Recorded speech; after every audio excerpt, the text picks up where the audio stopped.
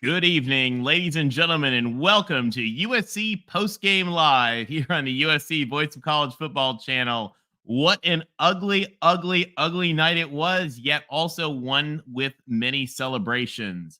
USC survived what I will tell you is probably the worst defensive performance I have ever seen from a USC football team in all the years that I've watched them and cheered for them. But we overcame it and found a way to win as USC defeats Arizona 43-41 in triple overtime in the final showdown of USC and Arizona. Gang, we are lucky. We've got LBC Trojan, our co-host, live at the LA Coliseum. LBC, welcome to the show, and talk to us about that shenanigan we all just witnessed. I don't even know where to start, Tony. I think it was the worst defensive performance I've ever seen. Well, I'll tell you what. They're not that good. I'll start on the first drive. 3 and out. That was the first time we went 3 and out all year. You thought we learned our lesson in Colorado, but we didn't run the ball. Well, we were not able to control the line of scrimmage. No, the offensive line was porous. Caleb Williams almost got killed a few times. We didn't run the ball. Kind of emblematic of the whole night is, wow, we scored a rushing touchdown in that last touchdown regulation. Where was that the whole time? I mean, that fiasco with the extra point, it just that was the whole night. I've never seen a game like this. It was like we were texting back and forth offline. Like, we should have lost this game. I thought we were going to lose this game. I'm actually at the game with my niece and her boyfriend, who are University of Arizona alums. And they're like, we're just like happy that we're in overtime and you guys look horrible. And it's true. I mean, everything, the coaching, the play, it was just an ugly game. I don't even know where to start, Tony, honestly. It was all, I'll tell you, Rick, the thing that really stood out to me, and we'll talk, I'm sure Tim will have a lot to say about this when he gets in. We were playing against, they put in 7 defensive backs. We couldn't run the ball against 7 defensive backs. Yeah. If you can't run the ball against 7 defensive backs, you're in trouble. You can have all the passing game in the world you want, but if you can't run the ball against 7 defensive backs, and our O-line could not stop the 2-man pressure that was coming. No, and this was a line failure on both sides of the ball tonight. There was a lot of frustration too, Tony. And in the overtime, Jared Kingston got called for a personal foul, and that showed you how frustrating the whole evening was. There was a couple of roughing the passers on Caleb Williams. This game was chippy, and Arizona was in it. I don't know if you noticed the body language on the sidelines towards the end of the game, Tony, but Arizona was fired up because they knew they were in this. They were in USC's head, and USC was like at a funeral. They were just standing there. So USC is very lucky to win this game. How many times we said that this year? But that was frustrating. SC won the game, but we took a step back. The coaching, the play calling, it was just abysmal. And I'll be honest, but Lincoln Riley has a lot on this game, because when you go 3 and out and you're not there to run the ball on this team and establish the run, I mean, you look at it again. Yeah, we went over 100 yards, but it was on that last drive. You let another team rush for basically 200 yards on you, and you can't rush for over 100 yards. That's ridiculous. Did we not learn our lesson in Colorado? No, obviously not. Well, and Rick, we couldn't pass the ball tonight either. It was ridiculous. The passing game was non-existent, and Arizona had the book on us. And kudos to Arizona coaching staff and their players, because they came in here expecting to win, and they almost did. I'll be honest. If we play like we have the last 3 weeks, we might win one more game. We might be able to beat Cal. And I had people text me the whole time, how is our defense getting progressively worse every game? Every game, they're getting worse. I don't know that, but maybe Alex Grinch does. And so I've been called an Alex Grinch apologist in the comments because I took a different angle and basically questioned Lincoln Riley's play calling in Colorado. Was it situational mastery? Absolutely not. And what was tonight? There was no Appalling. mastery. It was appalling. It was just bad. It was brutal. And you know what? I got so confused. I didn't even know the overtime rules that you had to go for like 2 points conversions at the end. It was just. Well, Jed Fish didn't know those rules either, if that helps. Yeah, it was ridiculous. It was. This was Pac-12 after dark. It was amazing.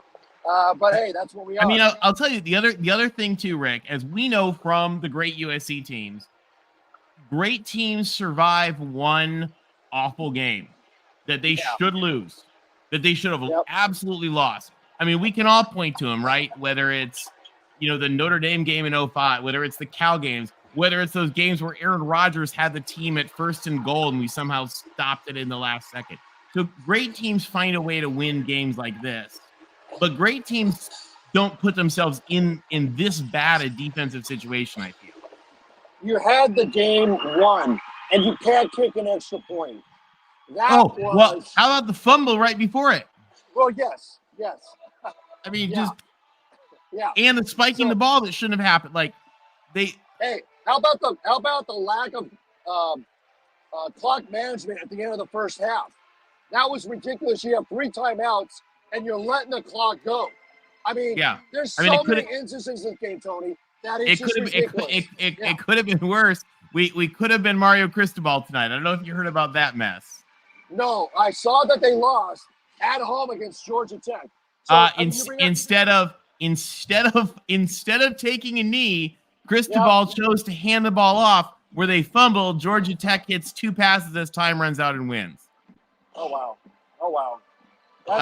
Hey, Lomansky says this Hawkeye fan hopes the football gods kept Brian Ferentz up tonight to see what scoring looks like. Hey, Lomansky, thank you for helping support the channel. We love the Hawkeyes. I'll tell you, if I could get the Hawkeye defense with this USC offense, my life would be a whole lot better. Because this is not what we need. This was ugly. Hey, LBC, let me share with you a couple of tweets tonight that came in from some of the most influential people in the sport. We had Nicole Arbach saying, "How does USC believe this defense is remotely acceptable? How has there not been a change yet? Last year, next week, right now." John Wilner says, "Hard to envision USC not making an in-season DC change. Only question is whether it comes before the Oregon-Washington back-to-back or after those teams take turns scoring 50 points." And Ralph Russo, who's the AP's chief of college football, the head of the AP, says, maybe it's better off if USC just loses tonight so we can stop the charade. I mean, there is this defense cannot stand. It cannot continue. Well, I mean, I've said repeatedly that they wouldn't make a change, early. But taking a look at it, I don't know how you can't not make a major change. This was bad. Well, you open yourself up to criticism. Well, the criticism's there. You literally have 3 of the most respected people in the sport right now calling for an in-season change. Yeah, and it's that bad.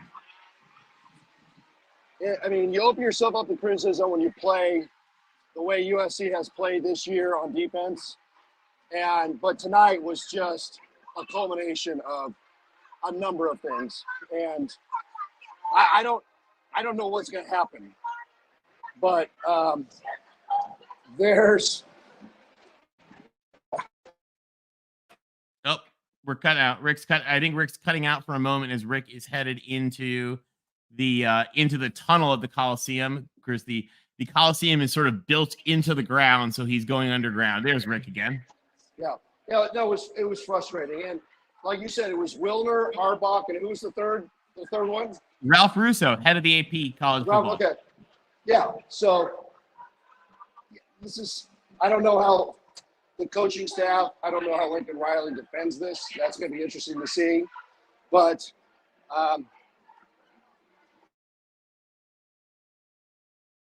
yeah, I don't either. It's going to be real interesting to see. Once again, for those of you guys, as we wait for LBC to come back with the stadium Wi-Fi areas. They're one of the last 4 teams in the Pac-12. And yes, they put up a good fight against Washington last week at home, 31-24. But nobody was expecting USC to go, what, was it double, triple? I don't even know how many overtimes. But no, I had this game 45-24, and that did not happen. It did not happen. But it wasn't just the defense tonight. This was a complete team failure.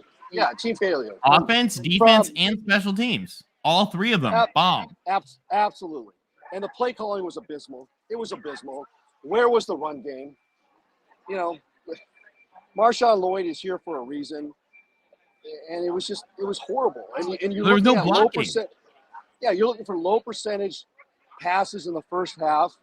It'd be like 3rd and 8, and you're going for a 25-yard pass that was off to the left sideline. It was like a prayer. Come on. It was horrible. And Caleb Williams is lucky he didn't get his block knocked off tonight.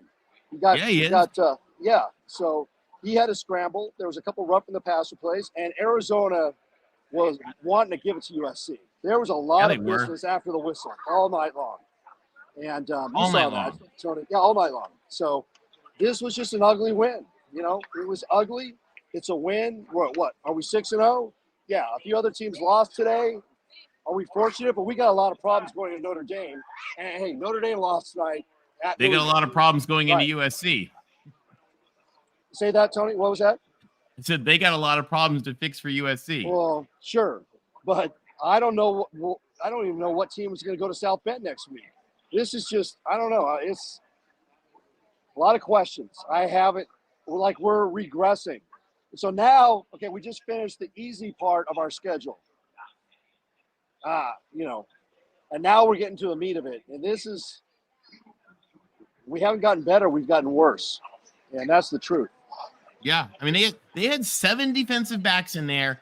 We had our quarterback under pressure from like the 2 guys rushing.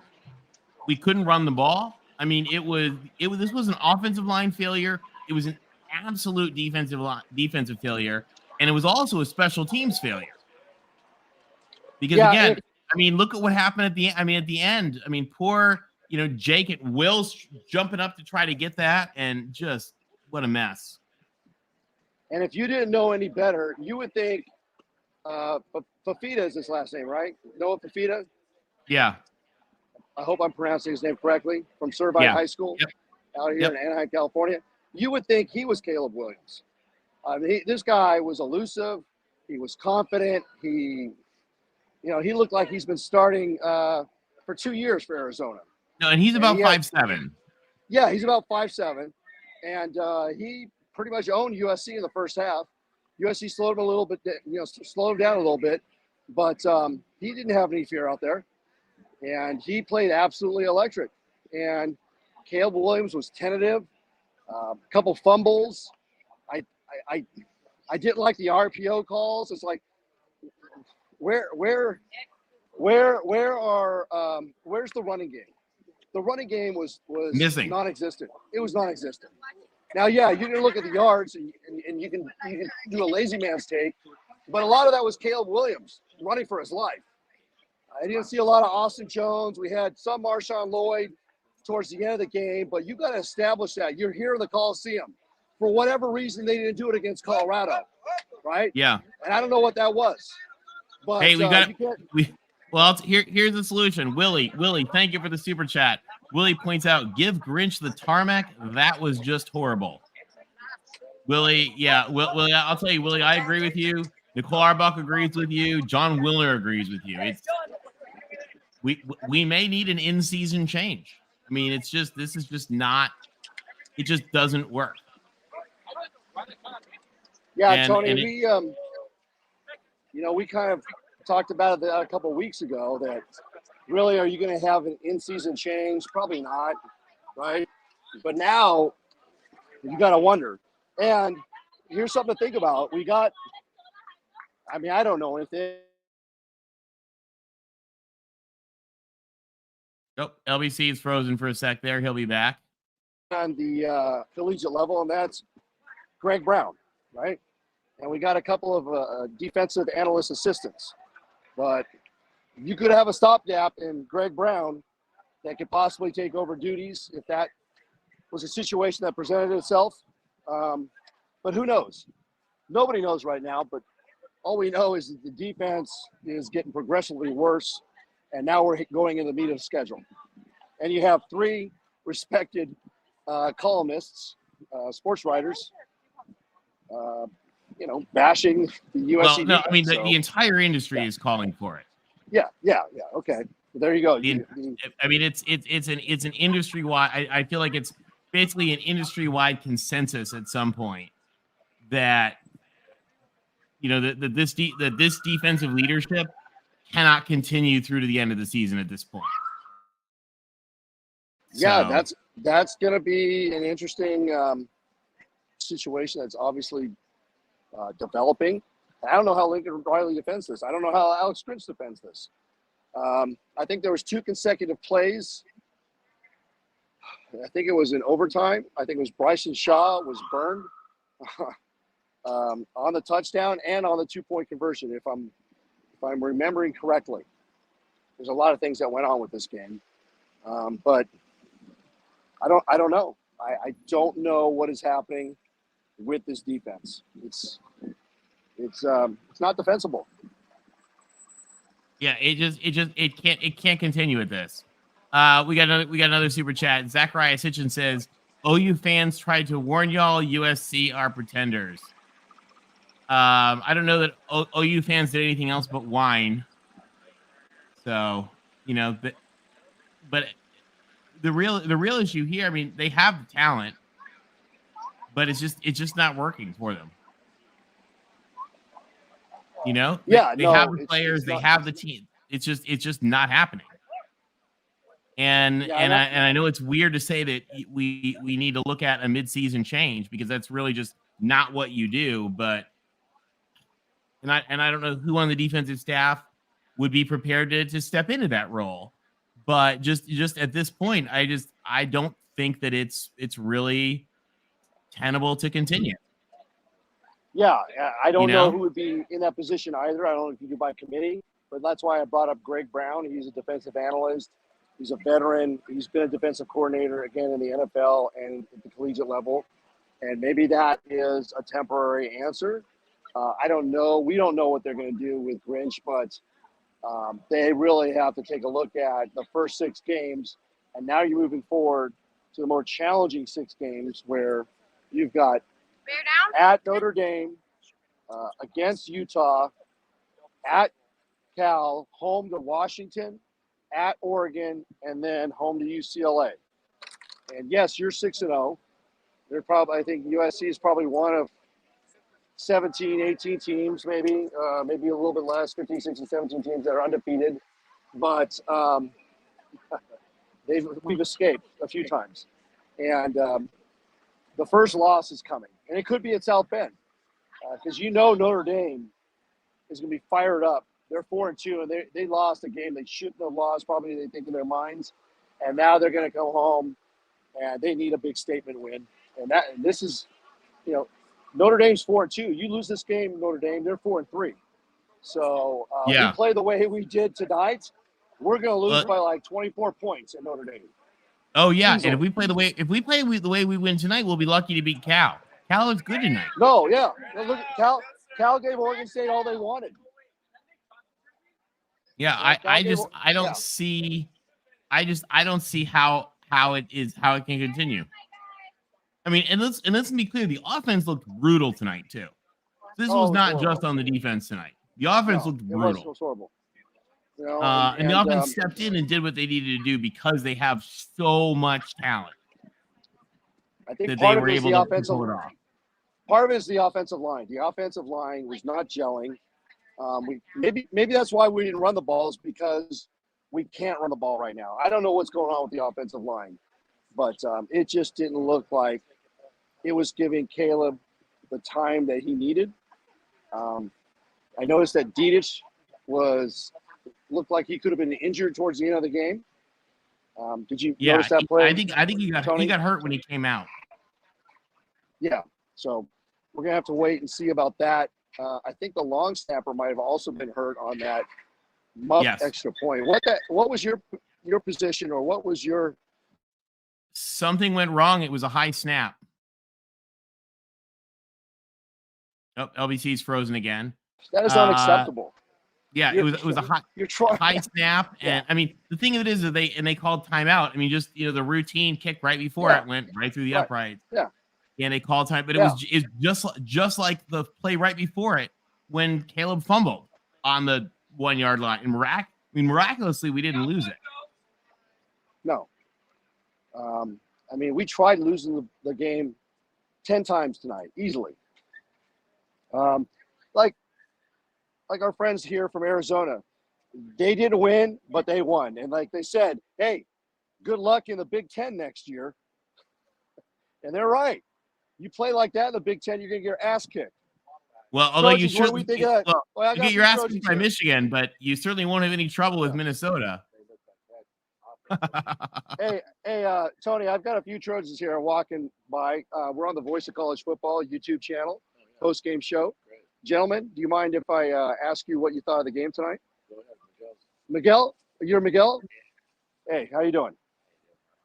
What did you think of the game, Miguel? So that's a tough win. They pretty much beat themselves. I don't know how they pulled it out, but they got lucky. Cover a 20-point spread. Yeah. So yeah, kind of embarrassing, huh? What'd you think of the defense? Horrible. Defense fucking sucks. Yes. Okay. Again. Well, we have some honest. We're not doing anything. You know that, right? Yeah. No, we have some honest opinions here. Can we fire? I thought at halftime. Can we fire him at halftime? Well, there's been discussion. Can your name, Can sir? we fire him at halftime? Your name, sir? Can we drive him to a tarmac? Well, there was. And then fire him. Well, no, that's. AKA like Kiffin. What's your name, sir? What's that? What's your name, sir? Tim Muller. Tim Muller. Hey, Tim. Right on, Tim. Tony Altivar is our host, and he asked the same thing. Could this be a tarmac game? He brought up there are 3 columnists that basically said that Grinch has to go. Nicole Arbach from The Athletic, Ray Russo from AP, and the other one was Wilner from Mercury News. He covers the Pac-12. And Plaschke, too, by the way, for the LA Times. Well, those 3 were the ones I don't put a lot of stock in Plaschke. Yeah. If I were to know what Plaschke thought. There has to be a change. Absolutely. Yeah. So you got to lose your friend. Sorry. Yeah. So sorry, Riley. You got to lose your friend. It's time. It's time. Mid-season for the first time ever. Let's lose them. We got some diehard Trojans here that here's their opinion. Yeah, there's not another solution right now. Yeah. You got to be kidding me. Hey, appreciate your comments, guys. Fight on. Fight on. All right. Fight on, Bill. Yeah. Sorry about the F-bomb there, Tony. Yeah, well. But hey, there's some emotion. There's some emotion going on. Yeah, there's some emotion going on. Well, there's a lot of emotion going on in our chat too. I can barely see it right now. It's it's flying on by right now. Yeah, I mean, I'm not sure who on the defensive staff is the answer, but it's got to be somebody, because the question is, and this is true in any business situation as well. Once you get to a certain point and you have to make a change, just making the change can be better. And yes, it can. At this point, I don't see it as being sustainable that they continue with this. And I mean, you saw Shaw last week, give like the pitch to the media of saying, this is our fault. We're letting our coach down. And that's a kiss of death, Tony. That's a kiss of death. Also, that works once. Yeah. That works once. You get to try that. It's like that famous joke about the 3 letters. You get to try that once, and if it doesn't work, then it is your coach's fault. So, well, I'm going to go on record. I think something is going to happen soon, because we're going to go in the second half of the schedule. It's going to be at Notre Dame. This is a big game on a national stage, and you got Utah after that. So I wouldn't be surprised if something happens this week. Just saying. I don't know, Well, but I don't know anything. But if you read the tea leaves, I just think that we've regressed. We haven't improved, and I don't know if there's anything else that you can do. well, and the other thing too is that I think this is distracting for Riley. Yeah. And I don't know that. I can't say that he was distracted tonight, and that's why our offense was awful. But I think the team feels the pressure, and there needs to be a release of that pressure. Well, you're and that absolutely pressure right. is not going to be released while we have the current defensive leadership. Well, you're absolutely right. And you look, yes, we did win at Colorado. Barely. And well, yes. And it was 34-14. And we squeaked out of ASU. Barely. Right, at halftime. And so it's mounting. Riley's hearing the noise. He's got to be hearing the noise. And, and I said it on a video I released on Wednesday on the Voice of College Football. Riley talked about having situation mastery after the spring game.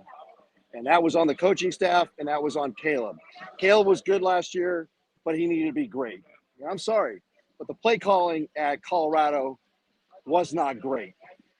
He didn't manage the clock very well. The defense did very well in the first half, stopping Colorado on 6 of the first 8 drives in the first half. In fact, getting an interception at the 22-yard line, also causing a punt that with the special teams blocked, which gave the offense the ball at the 23-yard line. They never established the run. When you want to go, when you're on the road, you need to basically put the dagger down and rip the soul and the heart out of not only the team but the crowd when you're on the road. And if you can't run against 7 defensive backs, you're in trouble. Yeah, and you couldn't do that in Colorado in a team that gave up 200+ yards in 3 of their first games against TCU, Nebraska, and Oregon. And you only rush for like 95 yards, and Colorado rushes for like 193. And tonight you look at it, Arizona had similar numbers. Now, yeah, USC went over 100 yards at the very end, but they were floating around the 80 to 90 yard mark with basically 6 to 7 minutes left to go in the game. Unacceptable. So there's a lot of questions, not only on the defense, but on the offense. And now you're asking questions about the special teams. I don't know what's going on with Zachariah Branch. He's missed his 2nd game. There's reports it's not an injury.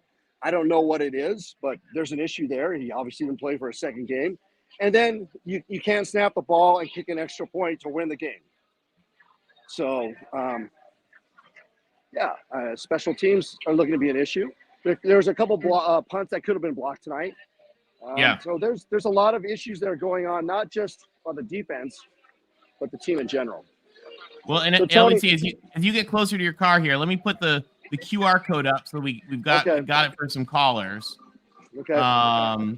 Because guys, we'd love to hear what you think of the debacle that USC just faced tonight.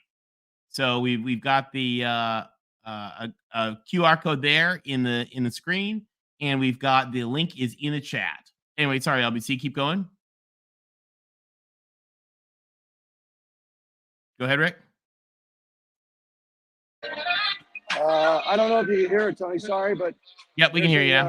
There's a saxophonist playing right now as we're approaching the parking garage. Hey, so the music is part of the Coliseum charm. There you go. We're getting back to the Coliseum. By the way, I'm getting DMs right now from folks asking whether or not you're getting a hot dog. Not tonight. I took a look at it, but maybe we'll do it another night. We're here to talk football, Tony. I don't want to be talking. We're trying to keep it real. And there's a hot dog stand. There's a hot dog stand right here. So, what do you know? You get one on the way. Well, hey, let me see. Hey, we've got the parking structure. Are you selling hot dogs, sir? What's your name? We're on the Voice of College Football. What's your name? ¿Cuál es tu nombre, señor? Jorge. Buenas noches, Jorge. ¿Cómo está? Bien. ¿Cuántos para las Hot dog. LBC's getting a hot dog. Once again, guys, for those of you guys who aren't USC fans, the post USC fan bacon wrapped hot dog is a great tradition. LBC, while you get your hot dog, we've got Dre Day is joining us. Well, I'm telling you what, Tony, if we can get 25 likes right now, I'll get a hot dog. So if you can jack up the crowd. In the meantime, all right, guys, give it a like. Give it, guys. Help LBC get a hot dog. You guys, quick, give the show a like so we can get a hot dog from LBC. Hey, please, gang, do it. Tony, we got a lot of fans here getting in the parking structure. We're at the corner of Exposition and Fig. You know, it's a very busy intersection. Would you like to get some Trojans' opinions on the game, the defense? Fight on, guys. Well, we got folks in the chat right now too. Okay. All right. Hey, we got Dre Day, who you've gotten to know before. Okay. Dre Day. Fight on, my guys. Fight on. What a nightmare for the Trojans. What did you think tonight? Man, you said it last weekend. You literally said, I hope it's better this next weekend. Man, I ain't gonna lie. Before that interception, because, you know, sports is based off momentum. And it looked like Arizona was going to run away with that game in the first half. Like, it looked like they were going to go up 24-0, and they were going to start whipping our ass. That pick by Jacoby Covington saved us that game. And then Caleb saved us like he did last year, which kind of sucks because, you know, LBC's right. Like I was literally telling my mother in the first quarter, I said, why the hell does our defense look like it's getting worse? Because it shouldn't. Like, how did we play so good at home against Stanford and our defense looked good, and then the past 2 weeks we look trash? It's like they stopped practicing of how to wrap up. And I'm sorry. I know Kalen Bullock is an All-American safety, but I'm a USC fan. I'm going to admit it. He doesn't deserve it. I am sick and tired of him on so many open plays where he just tries to he tries to grab someone instead of throw your body into him. Because if you throw your body while you're wrapping up, the momentum is going to make him jerk a little bit if he breaks a tackle.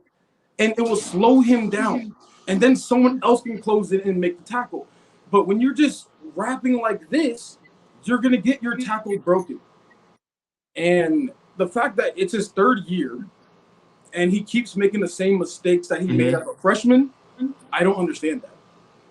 It's a good question. Like, they keep saying he's supposed to be a top safety that's drafted for the past 2 years. And it's like, bro, if he can't make a tackle like that open in space, he's not going to be a top draft pick. No, not at all. And then, you know, what did they do to fix it? Oh, sorry, reset it again. So what do they do to fix it? Let's move from complaining to solutions. To fix it, they need to get back to aggressive in tackling in practice. What I would say is start practice off this week with the Oklahoma drill. Because the Oklahoma drill was my favorite drill in football, man. That was the best. Because if you were good at the line, either offense or defense, you showed out. If you were good at the linebackers, you showed out. And if you were good at the safeties, you showed out. And it proves who's the man among boys. And they need to get back to the fun. They need to get back to, you know, what makes us want to hit. What makes us want to hit. And also, the O-line needs to stop they need to stop putting too much pressure on herself. Because Justin Dedich and some of the guys, they shouldn't be making those mistakes. And they just got to trust their work.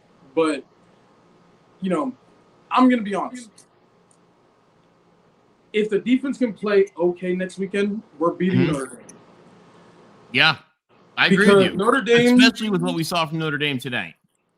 Well, not just that. Like, from seeing Notre Dame, so I was at the Notre Dame game last year in LA, and I see the same mistakes with their team. They're slow at every position.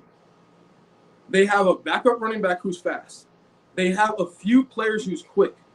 but the rest are slow because Louisville doesn't recruit to the level of all these teams. No. But they look so much faster than every single person. On the 2 touchdowns from the running back, when he got the handoff and hit 5 yards, I said touchdown. Touchdown. He was too fast. Their defense looked too slow trying to keep up with him. Yeah. And we can beat them on speed, but like people said, like even with Washington, because Arizona gave Washington a tough fight last weekend. They were saying on the air that Washington, Michael Penix, didn't score a passing touchdown against Arizona. No. That's crazy to me because Michael Penix is as good as Caleb Williams. He's one of the best quarterbacks in the nation. And the fact that they stopped him from throwing a touchdown pass, ridiculous. Well, let's also be clear, and I talked about this with the Arizona guys on the PHNX podcast earlier this week. Arizona's not a bad team. They're not. They're a good team. Jed Fish is awesome. I've been on the Jed Fish train since they hired him when nobody else was. Same. And so, kudos to Arizona. But at the same time, USC played awful.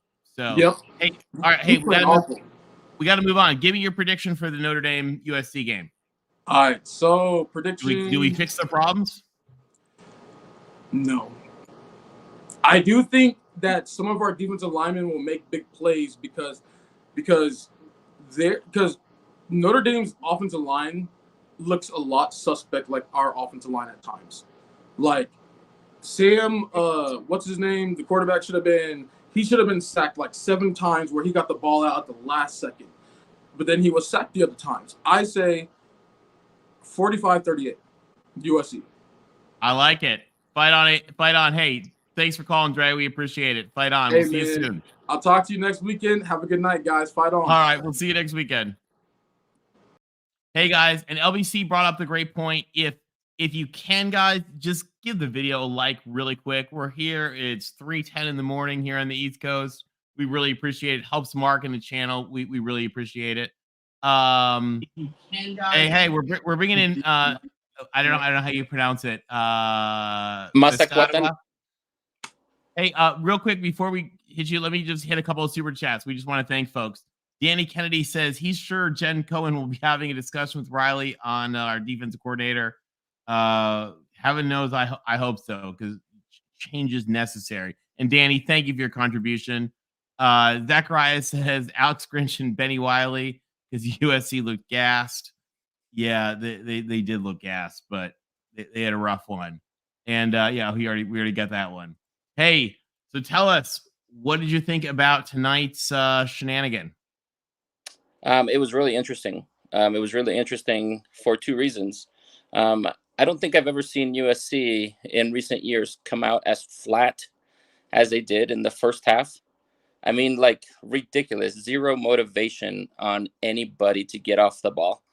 It was just being at home watching this is just ridiculous. I'm glad it wasn't that bad in Colorado because, oh boy, that would have been wow. And I was at that game in Colorado. So I don't know if they were still suffering from altitude sickness or what, but they just could not get themselves off the ball today. What do we do to fix it? Well, there's going to be one big thing that the previous caller just talked about. And from playing football in the past, one of the things that improved your tackling skills was tackling. I don't know what they're doing in practice, but I somehow recall that they were talking about them tackling a donut or the tackling dummy. That only goes so far. I mean, you got to get in reps against live people moving to be able to learn how to tackle and tackle in game. I mean, plain and simple. I mean, at this point, there is no like, oh, well, we're worried we're going to get hurt. Well, you're just going to lose and not have anybody hurt. That's what's going to happen. I agree with you. I'm not at the practice. I'm on the East Coast, but something is wrong because you're right. They're not tackling. They're not tackling in space. When they have contact, behind the line of scrimmage, the guy still finds a way to get 6 yards. You know who was the best tackle today that I saw? Which one?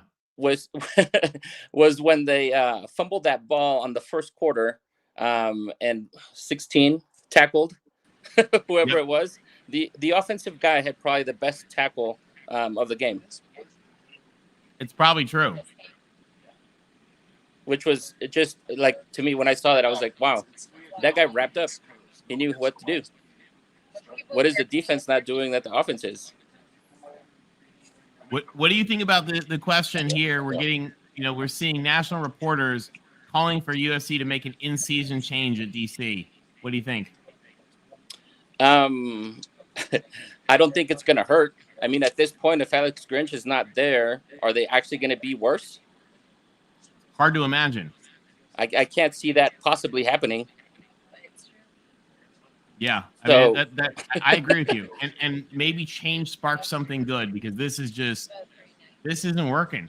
And then the other thing that during the game that I saw, and I'm sorry to say this, but I saw Tackett Curtis get run over, and the first thought that came into my mind was, I hope he has a concussion and has to get out of the game so Shane Lee or somebody else can come in. He did. He got plowed over at one point. And guess who came in? I think, was it either the third or fourth quarter when we had that big stop? Shane Lee. Oh yeah, Shane Lee played well when he was in. Hey, yeah, what I is he? would like to see more Shane Lee. Why is he not playing more? There's the reason people are calling for him to play more, and it goes back to what everybody's saying. Grinch plays favorites. Grinch doesn't know how to scheme. Why is he still here? Yeah, these are good questions that I don't have answers for. Well, I hope Riley does, and soon. Hey, thank you. Hey, we appreciate it. We got Avery waiting in just a second. If anybody else wants to call in, we've got the link is in the chat, and then we've got the QR code on the screen. Tell me, what are your thoughts for the Notre Dame game next week? What's going to happen? Well, there's two outcomes. Either a big change, drastic change happens, and we are given a fighting chance, or we keep going with the status quo, and we're going to get our behinds handed to us up in Big Ben. Yeah. Plain and simple. I think you're right, and I think I would extend that, because again, if we play we played great against Stanford, we played great against Nevada. If we play the rest of the season like we played against Arizona State, Colorado, and Arizona, I don't know that we win another game. It's going to be tough. I'm not being. It's not hyperbole. That's not exaggeration. But like, we saw how Cal is good tonight. Does this team beat Cal? Maybe. Flip a coin. But this team, we're not going to beat UCLA. No, this team that played tonight can't beat UCLA. They can't beat Utah. They can't beat Washington, and they can't beat Oregon, and they can't beat Notre Dame. So that's 5 losses plus maybe Cal, if this team can't figure out a way to get better in a hurry. And I mean, I know that sounds crazy to say because we're undefeated. I mean, we're undefeated. We found a way to win, and great teams find a way to win. But we're finding a way to win against Arizona, who's one of the bottom 4 teams in the conference. We're finding a way to win against Colorado, who's a debacle. We're finding a way to win against Arizona State, who is probably the second worst team in the conference. And you know what? It might have even been better if we lost today. Because at that point, it would have given Riley an excuse to fire that Grinch. Instead of, oh, well, a win is a win, and at the end of the year, nobody's going to matter. They're just going to see that it was a win. Well, at this rate, you're not going to get to the end of the year. No, and this win was not a win as a win. That's especially true on the road, because I'll tell you what. I mean, you know from playing football, it's hard to win on the road. It's hard to win on the road. And so, I kind of look at it and I say, okay, you find a way to win on the road, we'll take that. This is at home against Arizona. They are undermatched. So they come fired up, but everybody comes fired up to play USC. Absolutely. And you got to be ready for that. I mean, we need to live up to that hype.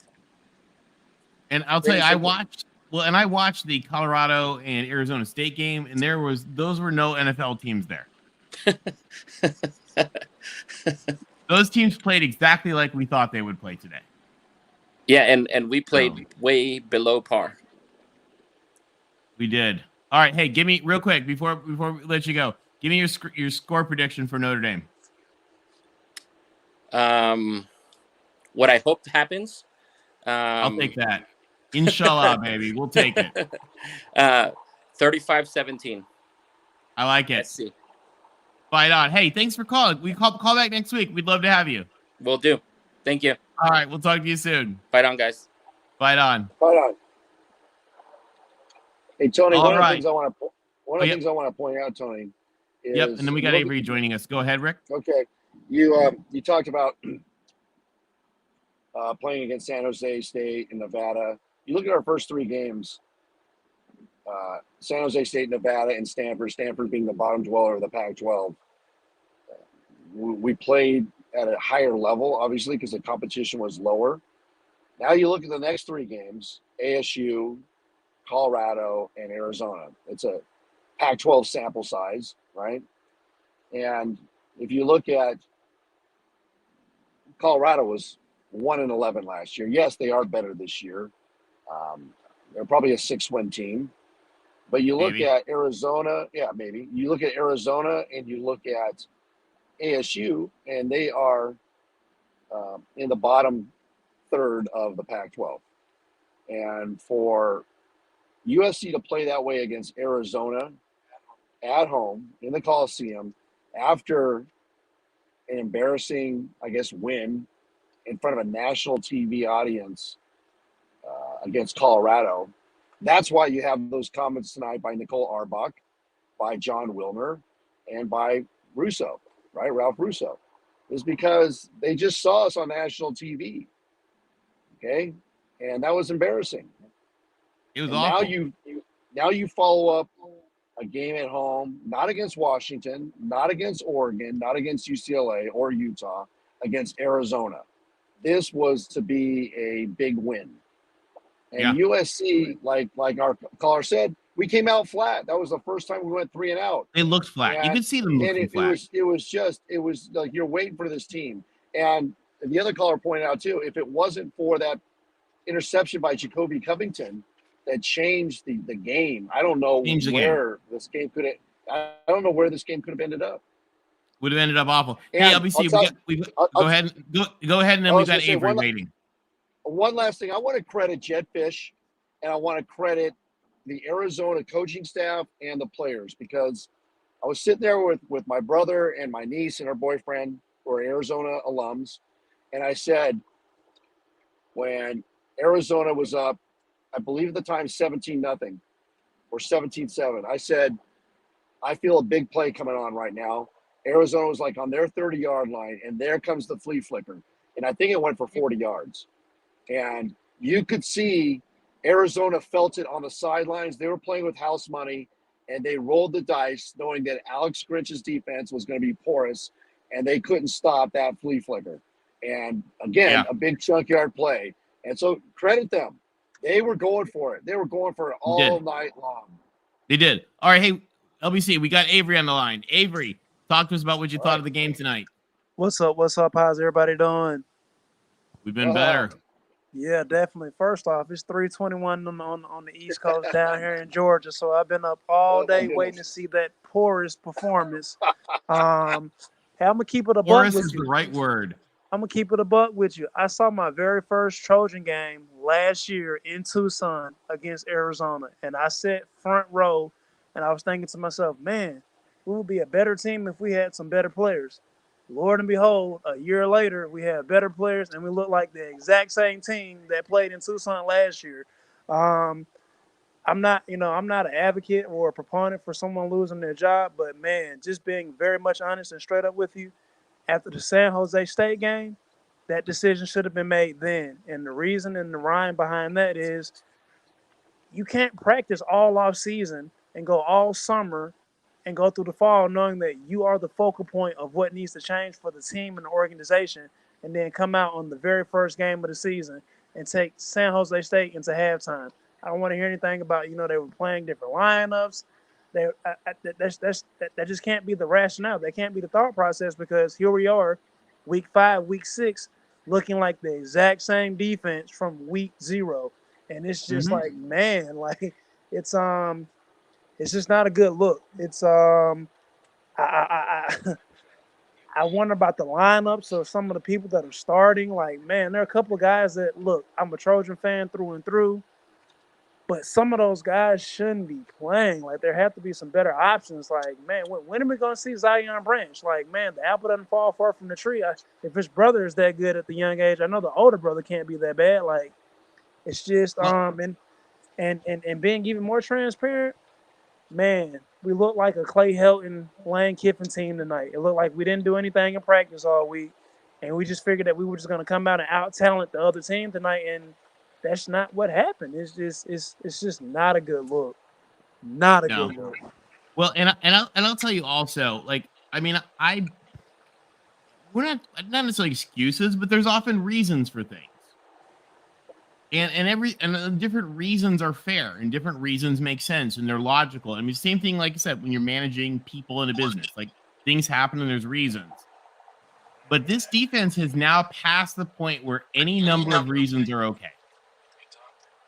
You know, like there are lots of reasons for what's happened in the San Jose State game, and in the Colorado game, and in the Nevada game, and there's always a reason. But here's the thing: is we're past the point where there can be reasons. And just I mean, let's be men about this. There's no way possible Lincoln Riley comes to the building every day and doesn't know that Alex Grinch is holding him back. Like there's just no way possible that he does not know. You're completely right. I mean, I'm not gonna tell you. I'm not gonna go into too much detail, but I manage people for a living, so there's no way possible when I come to work every day. I don't know who my low. You know what's going on. Yeah, so I don't know. There's no way I can't tell you who my low performers are, where my areas of opportunity are, where my gray areas are. Like, my job is to fix those things. And when it comes time for me to talk to corporate leadership, I can't hand them some baloney and give them coach speak. I have to give them action plans. I have to put stuff forward to make things better. And it's just demoralizing and slightly disappointed because I believe it was Carter that said last week, big picture, this hurts recruiting. This kind of it takes us back each week that we hang on to Alex. And like, I'm not an advocate of anybody losing their job, but man, like you're killing the smalls. You're killing the smalls. Hey, Avery, Tim is just joining us in just a minute. So as we get ready, as Tim's going to join us here in a sec, I think he just got home. Just saw a note from him. Hey, give me before you go, give me your quick prediction for the Notre Dame game. Oh man, it seems like every week when we get to this question, I'm literally spot on, right? 31-17, and I'm kind of nervous about saying it because this was the second string quarterback that wouldn't start for any other Power 5, and he threw for 100 plus yards tonight, led the offense to 500 plus yards. So it's like, man, is Sam Hartman gonna have a flashback to Wake Forest next week? It's gonna be a good question. Hey, Avery, thank you for calling in. We appreciate it. Yeah, fight on, guys. It's bedtime on the East Coast. Fight on, Avery. All right. Fight on. And to Gixer and the folks in the chat, we'll get to you guys in just a minute, but we've got Tim joining us. And before we bring you guys in, we real quick want to get Tim's take on the adventure that we just saw, ugly as it was. Tim, what'd you think? Well, I believe we're still 6-0. I know it sounds like everyone's getting the funeral march together, that we're all dead in the water, but you wouldn't survive. It's there's still same issues we've seen on defense for a long time now. Missed tackles, returning guys like Scatabo. Like we had Scatabo before. Now we're looking at teams where there's running right over the top. Coleman, we're making Coleman look like Christian Okoye, just running through our line. I think that this team needs to get back to fundamentals and focus because clearly there's issues with the scheme. On top of the scheme, the team's not not the entire team, but a lot of this team is really having difficulty grasping a lot of these defense and making just fundamental tackles. I noticed that you lost a couple of cornerbacks in the game. I know that I didn't see Covington out there. Christian Rowland Wallace, did they go down or something? I'm not sure. I don't have an injury report. Well, I mean, the game, I didn't see them come back in, so I don't know if they'd said on the broadcast if they had talked about it at all. But yeah, it looked sloppy at the beginning of the game. But what I want to talk about, everyone wants to talk about the defense. I want to talk about the offense. The offensive line seemed very spotty at best. Caleb had no protection. They weren't early in the game. They weren't making any holes. Started out flat. It's like almost a reverse, right? It's almost been like a fourth quarter nosedive on this team. Now they've decided to do a face plant in the first quarter where they can't stop anyone and we couldn't even move the ball. Getting down 17-0 early on and then scratching their way back into the game. It was a horrible first quarter. I mean, I was looking at, thank God we kept them to a field goal and the interception. Otherwise, we're looking at this game might have got out of hand. It would have gotten out, if we didn't have that interception, I think it would have gotten out of hand. I think you're right. So we could rip on the defense, and believe me, there's plenty to be pissed off about in this defense. But also, this defense saved this game.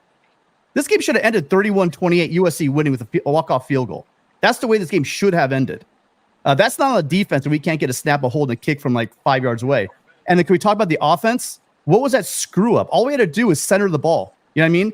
On that play. Mm-hmm. And also, we've been talking about Riley and his time management. We're doing it on the Collins show. The time management is a disgrace. How much time do we have clicking off the clock? We had timeouts and we weren't using them.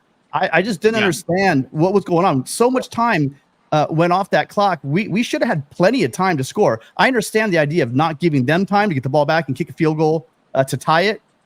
But once we got inside the field goal range, we should have been, especially when we got close up front on that run, that should have been it. We should have used those a little judiciously because we almost let that game get away. That fumble, I mean, all Caleb had to do is take about 5 steps to his right and fall down, center for the field goal, and kick the field goal, and that's the end of the game. But we couldn't. They couldn't do that. So we could go this. I don't want to keep going on. So we could talk about it later. We can hit the calls. And we'll talk about it as we go. Awesome. Hey, we got Gixxer Squid joining us. Gixxer, friend of the show. Welcome. Hey, how are you guys? Good. What's up, Gixxer? An Gixxer? interesting night. Hey, interesting night, to say the least, Tony. You're so elusive. Well, hey, let me just say this. First off, I showed up to the game late. My mother joined me, and woo woo. She's right here. Hey, Mrs. Gixxer. Hello. And literally, so I was a little late. Newport Beach traffic was bad. Let me just say that. And I text LBC and I said, "What did I miss? I'm concerned." LBC's laughing.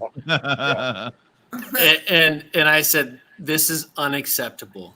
You remember that, LBC? Oh yes. And what did I tell you? What did I text you? Well, you said I was handsome, but my point is that everybody knows that. Yeah, I know. But he's so conceited. but my point is I was like, what is going on? I just got here. Why is it like 10-0? This is unacceptable. And my mom, and I'm not kidding you, she goes, "I thought you said they were like, are they 9 or are they 19th?" I'm not lying to you. She said, "Are they 9 or are they 19th?" And my point is that, like, tonight was a 19th performance. I was embarrassed. It was an unranked performance. Well, Tony, you're too kind. But what I'm getting at is I was like, "Oh, Mom, they're really good, whatever." No, but my point is like tonight was despicable. And Tim, I always respect you. I back you, especially with those rankings with Chris. But I've been saying it for a year. Special teams. Almost cost us the game tonight. Yes. Make the kick. Make the kick. And I agreed, but hold on. Can we step back? Yes. Are we saying that even if you have a special teams coordinator, he makes that snap? It's clean. I mean, you do realize this is football. People botch plays, right? No, 100%.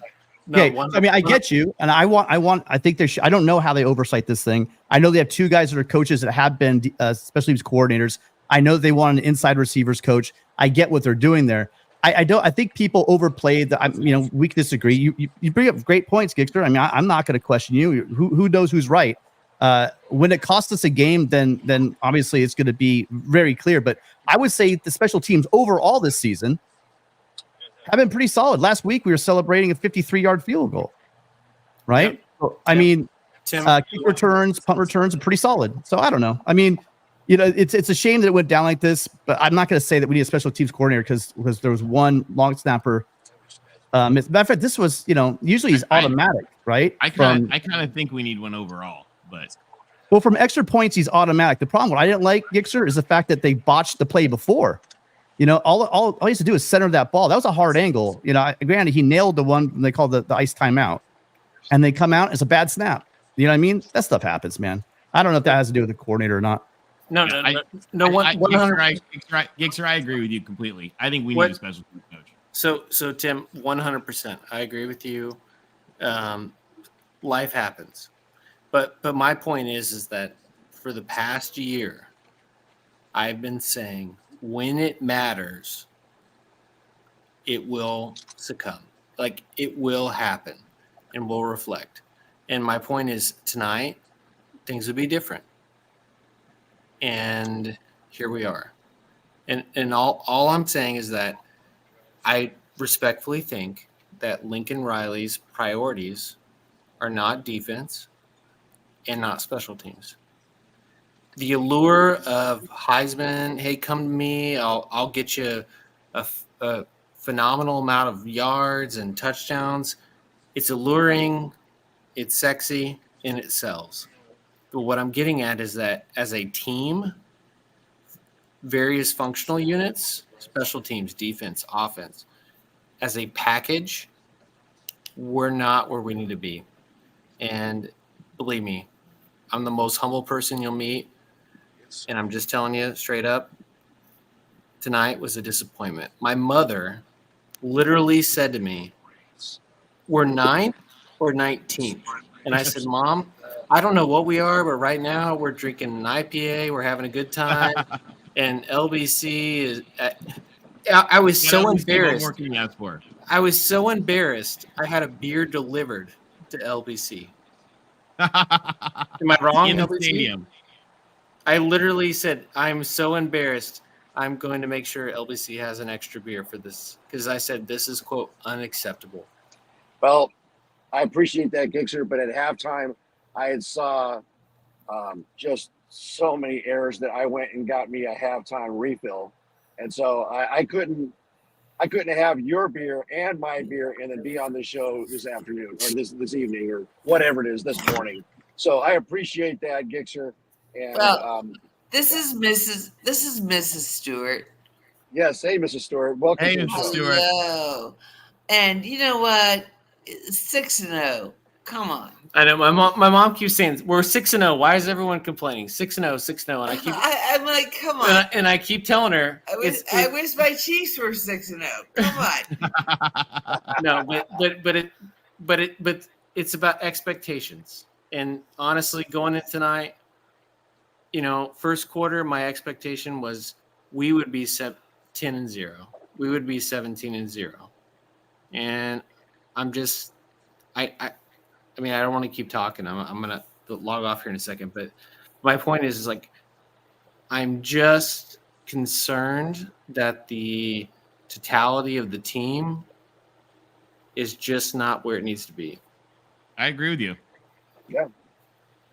No complaint. It's true. And I'll tell you, if they're not, and Gixer, you probably didn't hear because you were on the way back. I said this: if the team plays like they played the last 3 weeks, and I believe that they will find a way to get better. But if the team plays like they played the last 3 weeks, they won't win another game. They'll have trouble beating Cal. And again, I think they're going to get better. I'm not saying I'm not predicting that. Not saying I think that's what's going to happen. But I will say absolutely, if they play like they played this game, the game before this, and the game before that, we won't beat Notre Dame, we won't beat Oregon, we won't beat Washington, we won't beat Utah, we won't beat UCLA, and we'll be lucky to beat Cal. And that's not good. This is a better team than we were seeing in the last 3 weeks. I got a question for everybody. Gixer, hang on for this one. Do we all think Washington's a pretty good team? I think they're the best team in the conference. Do you know that they got out with a win 31-24 against the same team? Yeah, but they didn't have 3 straight weeks of piss poor performance. No, I'm not talking. You about don't have to make excuses for this team. So 3 straight weeks they've been bad. So I'm not talking about that, Tony. Anyone that thinks there's no problems with his defense, is fooling themselves. And for 3 straight weeks, we've been talking about that defense needs to get shit right. Otherwise, they're going to lose a game eventually. But the point I'm trying to make is, the point I'm trying to make is that this team we played, everyone's making it seem like we should have rolled these guys. Like these guys, you know, that don't have the receivers that they have. And everyone's freaking out because here's the reality of the situation. Grinch I'll say it again for like the 4th week in a row. If Grinch costs this team a playoff berth, he's gone. I caught a little bit earlier. No one's getting fired in the next couple of weeks. So I'm not sure where that's coming from. Probably not. They probably should though.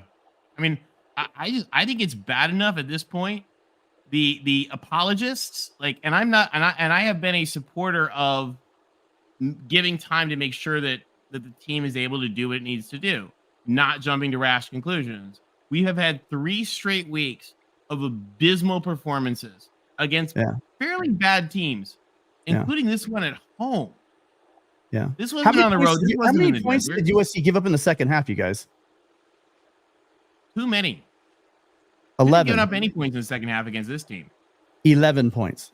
They gave up 11 points on their like 4th string, down to their 4th string cornerback. They gave up 11. This defense doesn't tackle well. This defense, the scheme has issues with the deep middle, clear issues with the deep middle. But anyone that knows the talent on the other side of the ball right there, Tatano McMillan and they're Cowing. decent. Cowing's going to get 4,000 catches, dude. He's going to be a historic receiver. USC needs to get better or else they are going to lose. There's no doubt. The last 3 weeks, all of them if they don't get better. Tony. Last 3 weeks, they should have lost one of these games without a doubt, the way the defense played. But see, here's the thing. Look, everyone's freaking about I'm hearing very little about the concern for the offense because they sat back and Caleb had difficulty with his zone. They were dropping 8 guys and the line was awful tonight. The ball wasn't getting out on schedule at all the whole night. There was very few. I saw a couple plays out to Brandon Rice. But other than that, it was just scramble drill the whole night. Sometimes he had protection, but a lot of times he didn't. But he had some time where he had protection, and the ball just didn't get out on time. Is anyone else concerned about that, or are we just going to talk about the defense the whole time? Well, we haven't had 3 straight weeks of abysmal offense. Well, we can actually talk about the defense, the offense, and the special teams. I mean, we can. It's take your pick. Tonight it was all 3. But I mean, yeah, you bring up a good point, Tim. This was a Washington team that only beat Arizona by 7, but that was in Tucson. This is at the Coliseum. Washington has historically had problems in the desert, both at Tucson and ASU. So you really can't compare apples to apples. I mean, this is the Coliseum. Well, the thing also is the last 7 games have been decided by once. Last 5 games been decided by now 6 by 1 score or less against this Arizona team, including last year. So I mean, I love how I become the defender of Grinch. I'm not happy. I think he should. If this continues, he has to be fired at the end of the year. And like I said, when he loses a game because of his scheme and the fact that the defensive staff doesn't have these guys tackling properly, he's going to get walking papers. I mean, no one here thinks that he'll be kept if the defense is the thing that keeps them out of the playoffs, right?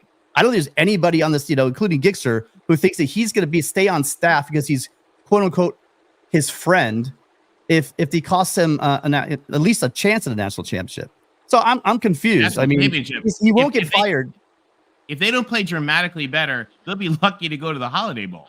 And so when that happens, then he's gone. It's that simple.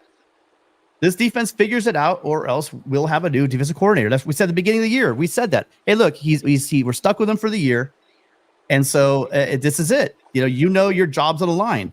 You better not cost this team a playoff berth, otherwise you're gone. And I'll have to say that. I mean, again, go ahead, throw apologists out the thing. This team gave up 11 points in the second half. If anyone wants to bitch about that, they're off. They're off base.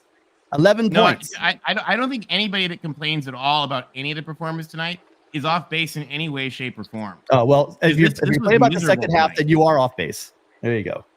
No, and who stopped? Did SC lose that game? No. Who stopped them? Who stopped them a 2-point conversion? That was the defense, right?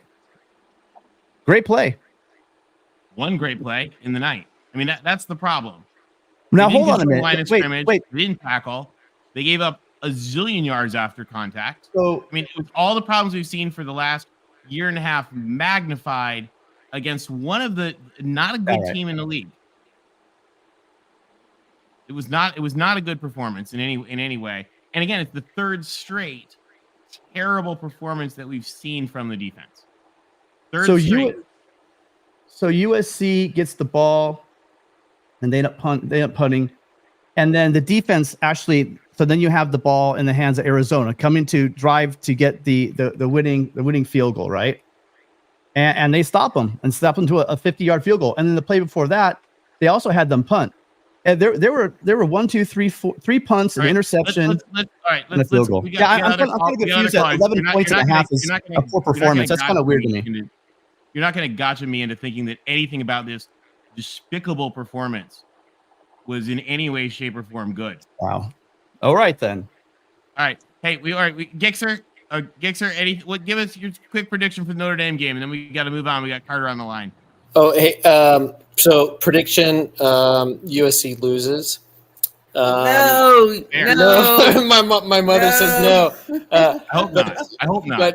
But yeah, she's a diehard. But I'm objective. She studied political science. So what I'm getting at is that it's a loss. Real quick, and I'll sign off. I promise. A win is a win, but respectfully, every weekend it keeps getting precipitously more disappointing.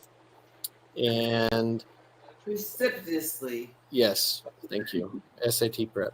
But what I'm getting at is that it's just concerning. And if we keep going this route, anyone that is watching this, anyone that watched USC, anyone that's ranking, it does not look good. And that's my concern. So anyways, Tony, Tim, LBC, love you all. Bye, Mrs. Stewart. You're great. Thank you. Have a great night, Mrs. Stewart. Fight on. Have a good one, and I apologize about my mother. It's a special day, and we're having a good time.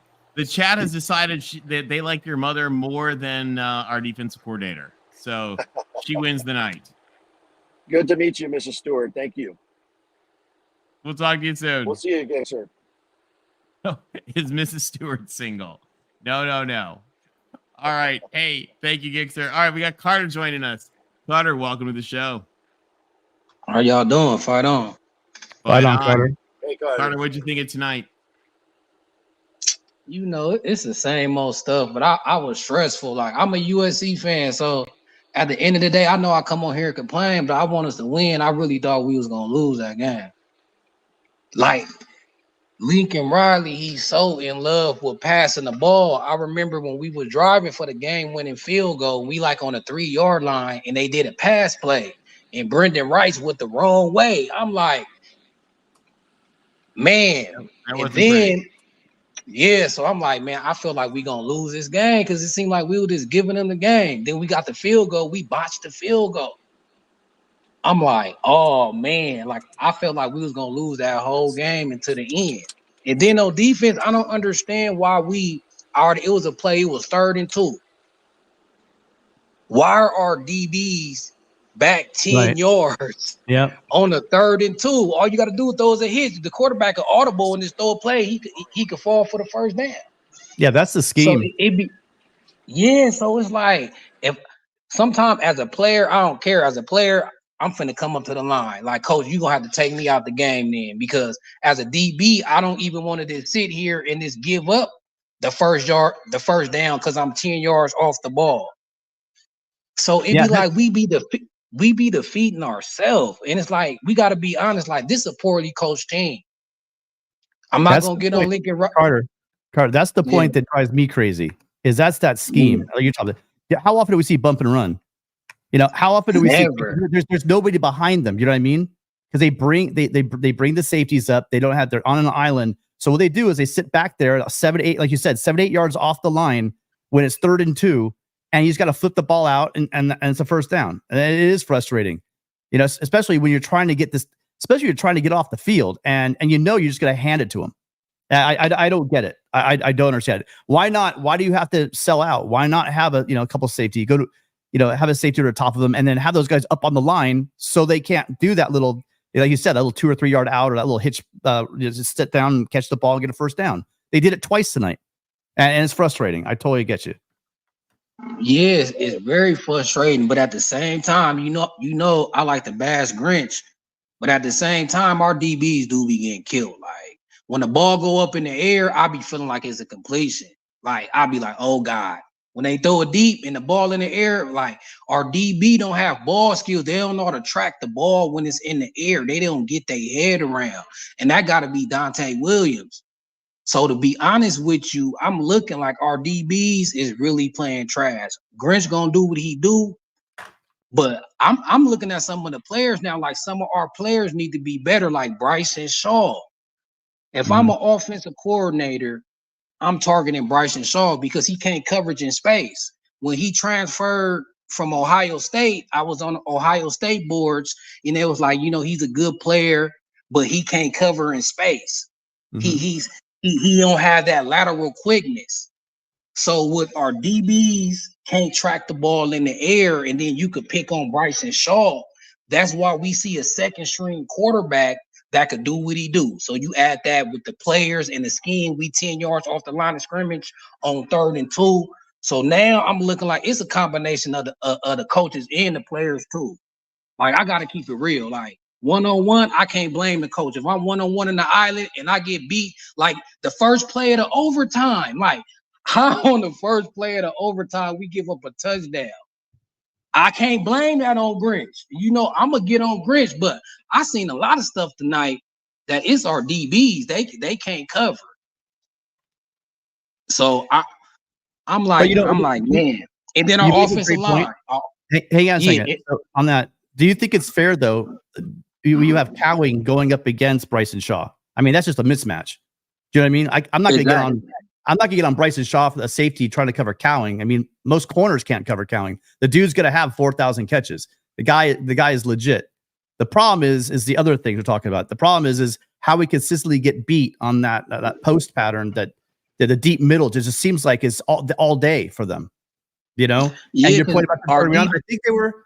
But did you hear anything in the broadcast? Did you at the game or did you listen to the broadcast? I'll listen to the broadcast. Okay, did they say what happened to Covington or what happened to Christian Roland Wallace at all? Did anyone in the chat get that? Because those guys were out the whole second half. I think Christian Roland Wallace, they said something about his hamstring, like he came up gimpy on a play. It looked like a hamstring. All right. I don't know about Covington. I don't know what happened to Covington. Sideline. He threw his I didn't know he was out. Yeah, so I get what you're saying. Because I seen Calvin, I seen him beat our best Kalen Bullock. You know, Kalen Bullock a dog. So you right on that. But if one player keep getting picked on, this like the second or third week, like you could get money on Bryson Shaw. So it's like I know Calvin gonna go to the NFL, but I think we need to try Zion out there. Or what happened to the young freshman Christian Pierce? I really think we need to give another look at the safety spot in the DBs. We're Traycon Fegans. We need to start digging in the bag like Dion had to do. Like I heard somebody say that the previous caller said he had hope Tackett Curtis got a concussion so he could get off the field. And you don't wish nobody get hurt, but I get what he's saying. Like, yeah, but I get what he's saying. It's like what's going to force these guys to play different players. And what about, I just want to say, I think our team is poorly coached, though. What y'all think? I think I'm starting to feel like Lincoln Riley is a glorified offensive coordinator. Y'all could bash me if y'all want. I'll take it, but because we always run plays too late. Like, why so much we snapping the ball at 5 seconds? Why so much we are organized? Why we always got to call a timeout because we can't snap the ball at home and the crowd ain't loud, it's quiet. Now, there's issues with clock management, clearly, right? We saw that last week, this week. There are some clock management issues. There are some issues with just overall awareness of what situational awareness and what should be run. There have been a couple. I mean, Matt's been all over that, all over me and all over the team for that, like the past 3 weeks. So there are issues that, without a doubt. And on the defense, it just continues to be nothing's really getting fixed. You know, and eventually it's going to catch up with them. That's just the way it is. But my point is, they're 6-0 right now, And I'm still hoping for a miracle because I want this damn team to win. And I'm hoping it clicks because there are players on this. There are legit players. What we should be asking ourselves right now is what's it going to look like going against Sam Hartman without cornerbacks, without Domani Jackson? Everyone's been bitching about Domani Jackson and Christian Rowan-Wallace finally established himself somewhere, but now you're saying he might have a hamstring. Those things linger. I mean, if he pulled his hamstring, he's not coming back in 1 week. Yeah, we don't know the details of that yet. They did What not. What happened to Domani? Domani didn't play at all. No, I got no. They don't release injury stuff. Coach's decision? Was he hurt? They don't know. No. They don't release injury. They don't release details. No, he would have been playing tonight. He would have been playing. He would have, because think about it. Even if he wasn't starting, they were playing. Oh God, I forgot his number. But you got to go deep. They went to Prophet Brown. Prophet Brown was out there tonight. Yeah, that's pretty deep into the cornerback rotation. So you think if Domani was on the doghouse, he probably would have been playing. Prophet Brown got burned in overtime. And we got to get. Well. I think we got to get Zach Branch back too. What's going on with him? I heard. What happened? What's happened to the running game the last few weeks? There's been no dedication to the running game. And, our offensive line. Our offensive line kind of soft. That's why I said our offensive line can't run. Offensive line. No, it's the offensive line is why we haven't had the running game. But yeah, there was a lot of opportunity to have the running game last week, and for whatever reason, Lincoln Riley in the play calling didn't choose to go with the running game. This was after a game after Marshawn Lloyd had a record 154 yards on 14 carries against ASU. Yeah, they were averaging about 3 yards a carry, so they went away from it. Well, and part of that, I mean, we saw that tonight. They had 7 defensive backs in there, and we couldn't run against 7 defensive backs. Yeah, that's a problem going against Notre Dame. You got to run them out of that zone. They're going to drop 8. You have to make them pay for that by running the ball. And it just looked like, especially the first quarter, you guys, it was. Do you remember? Did you see the push, the surge that they're getting? I mean, I've been pumping up this front 7 forever. They were getting knocked back 3-4 yards. I'm up in the rack. I'm up there in the Coliseum, and I can see them getting pushed back like 3-4 yards a carry. I'm like, before contact, the line's just shoving our interior line back. I wasn't expecting that. I thought we had a huge upgrade. That was a bit disappointing. They got sorted out, but it was bad early. Well, did you see the size of Arizona's offensive and defensive line? They were a lot bigger than I remember from last year.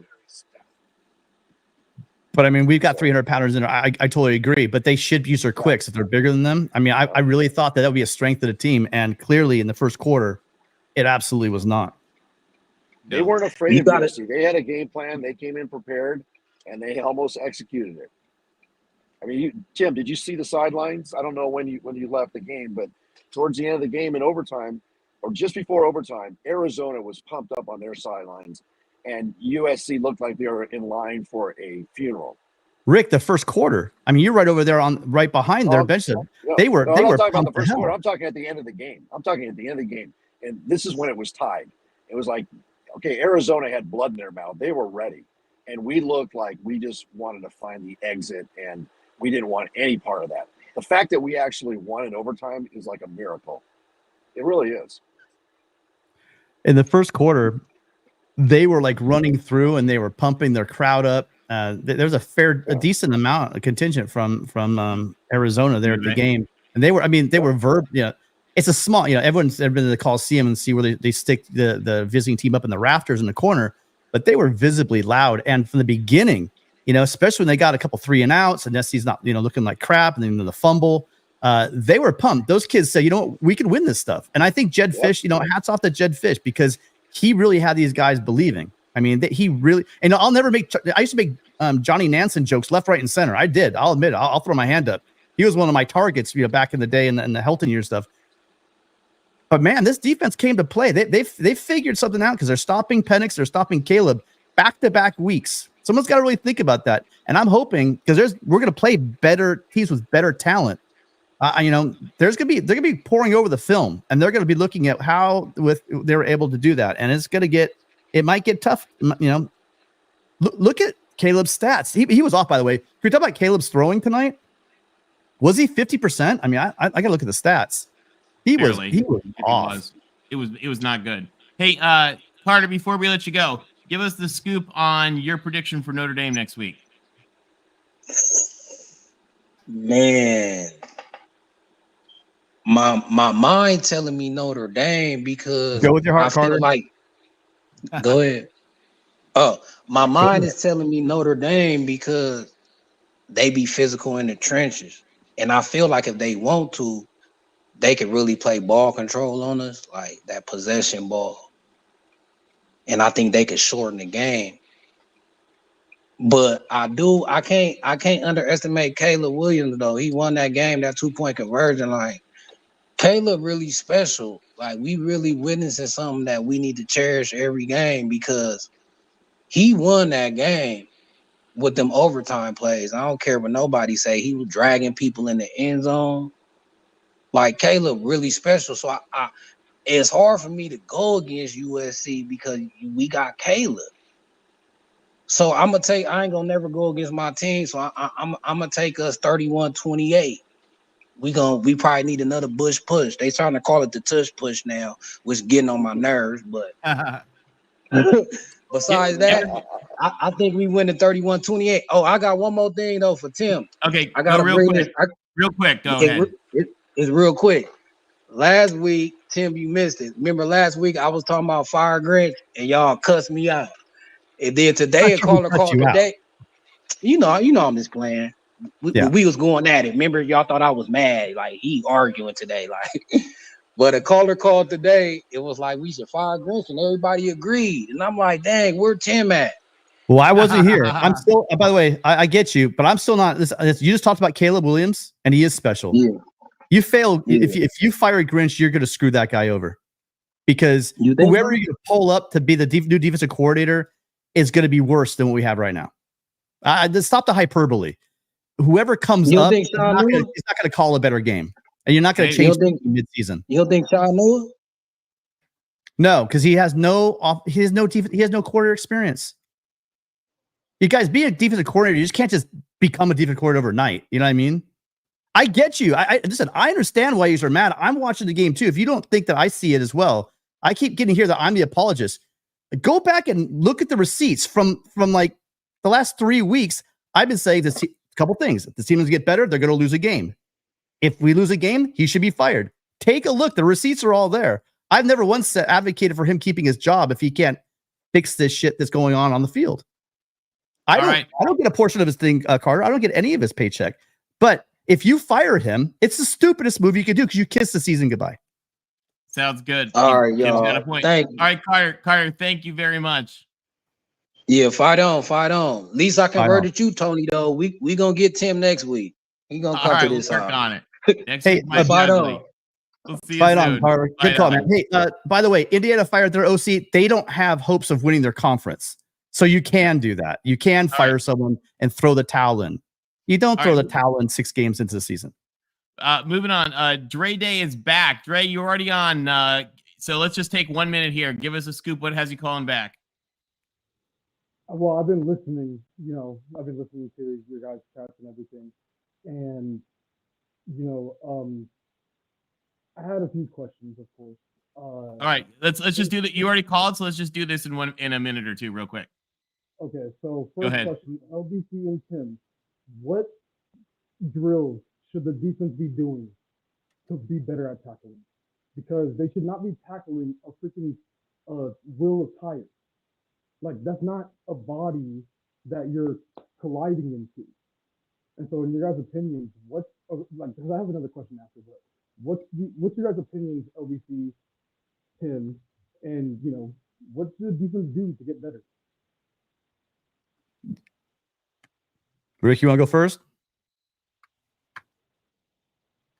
So I'll go. Maybe get it into the house. Go ahead, Tim. So what I would say is mid-season, you're not going to be full tackling, right? No one does that. They're going to be thudding and doing that kind of stuff, right? So middle of the season, you're not because you don't want to get guys injured. Yeah. This stuff, I'll put it lightly, this all should have been ironed. First off, these guys were got scholarships from USC because they're ballers. These guys know how to tackle. I mean, you should know how to tackle fundamentally by the time you get to college, right? And if you don't, you have issues, that's fine. Then it is on your position coach. And I believe we do have good position coaches. I don't get it. I don't understand why we're seeing arm tackles why guys aren't in position. The calls coming in late. Guys aren't lined up properly. There's all kinds of mess going on in the defense. So again, it needs to get fixed. If it's not fixed, we're going to lose and he'll get fired. So, I mean, but I will say this. I mean, you guys can lambaste me all you want. They gave up 11 points and allowed this offense to get back. The offense sputtered, you guys. They had the worst first quarter. I mean, USC has scored on every first possession of the game all season long. And they decided in this quarter, that they were going to not score at all during the quarter and then go down 17-0. Well, from that point on, USC went on a 28-11 run because the defense did force some punts, did, instead of giving them touchdowns, did keep them out of the end zone. Yeah, there's horrible stuff going on there. All's lost, and Jabril Muhammad had himself in the first half. That dude kept us in the game early, like two or three sacks early on. I mean, so this guy's on the field that aren't making plays, but the other guys, they got no excuse. They know they'll probably be the first one to tell you they should have made plays and they didn't make a lot of plays. And again, my head scratcher, like we was talking about with Carter, why are we not up on the line when it's 3rd and 2? Why are we 7 yards off the line? That's inexcusable. This kind of stuff is stupid. And how is there always a guy, always over the deep middle, wide open for touchdowns? This is 2 weeks in a row. That drives me crazy, bro. All right. Oh yeah. Hey, real quick, and then we got one more minute for you for Dre. We just want to give a big thanks to Gixxer Squid. Gixxer, thank you for that amazing $50 super chat. That does a lot to help the channel. He points out, per his mother's request, and in response to the chat who was asking, he will never swipe right at anyone with the last name Grinch, Claus, or Chupacabra. Anyway, fight on. We love Dre it. Day. Gixxer. Oh, sorry. What? No, go ahead, Tony. Okay. Anyway, thank you, Gixxer. Thank you for that contribution. That does a lot to help the community. Dre, you got one more minute because you've already called in. Go ahead. Okay, so I agree with you, Tim. Like, freaking, it doesn't make sense if the middle of the defense is a weakness, especially if you don't want to keep your because Grinch play. You can tell from the style he plays. He does everything else except the middle.